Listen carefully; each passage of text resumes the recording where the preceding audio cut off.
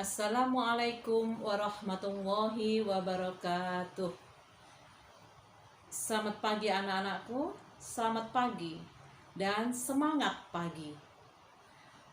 Bertemu kembali dengan materi pelajaran Bahasa Indonesia kelas 11. Pada pertemuan awal ini, Ibu akan membicarakan atau materi kita adalah teks prosedur. Tahu kan kata prosedur? Ada yang belum tahu? Kata prosedur sebenarnya sangat familiar di antara kita.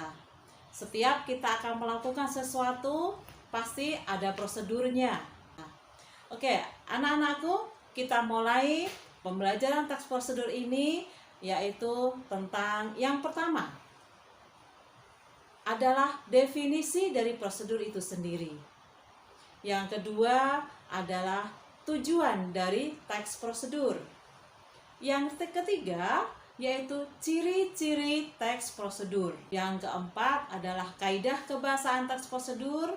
Dan yang kelima, struktur dari teks prosedur itu bagaimana. Dan yang keenam atau yang terakhir, nanti diharapkan kalian mampu untuk mengonstruksi teks prosedur. Nah, itulah materi yang akan kita bahas pada KD1 ini, yaitu teks prosedur. Untuk selengkapnya, penyajian materi teks prosedur ini akan Ibu buatkan PPT untuk kalian, sehingga nanti kalian mampu untuk memahaminya. Baiklah, kita mulai materi yang pertama, yaitu mengenai pengertian teks prosedur. Teks prosedur adalah teks yang berisi langkah-langkah yang harus ditempuh untuk mencapai tujuan yang diinginkan dan terdapat penjelasan atau keterangan dalam langkah tersebut. Kemudian yang kedua, tujuan penulisan teks prosedur. Tujuannya adalah untuk menunjukkan atau menjelaskan bagaimana mengerjakan sesuatu dengan langkah-langkah yang urut. Selanjutnya adalah ciri umum teks prosedur. Yang pertama berisikan langkah-langkah, kemudian disusun secara informatif, dijelaskan secara mendetail, bersifat objektif, universal, aktual dan akurat.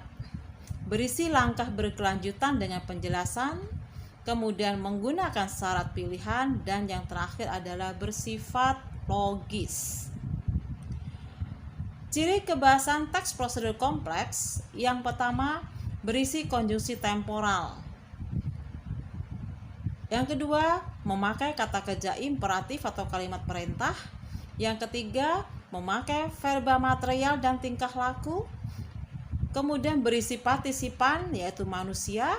Terdapat bilangan atau kata bilangan, penanda urutan. Terdapat kalimat interrogatif, kalimat deklaratif, dan yang pasti menggunakan kata baku serta menggunakan konjungsi syarat.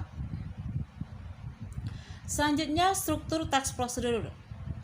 Yang pertama, ini ada 3 bagian. Pertama, bagian tujuan, kemudian bagian material, dan bagian langkah-langkah. Untuk bagian material ini bersifat tidak wajib. Jadi, ada yang merupakan bagian material dan ada yang tidak memakai.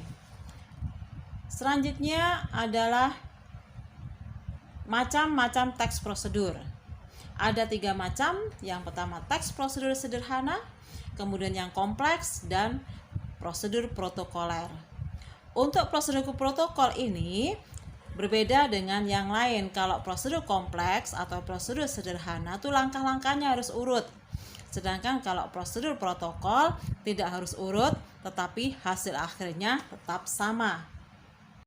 Selanjutnya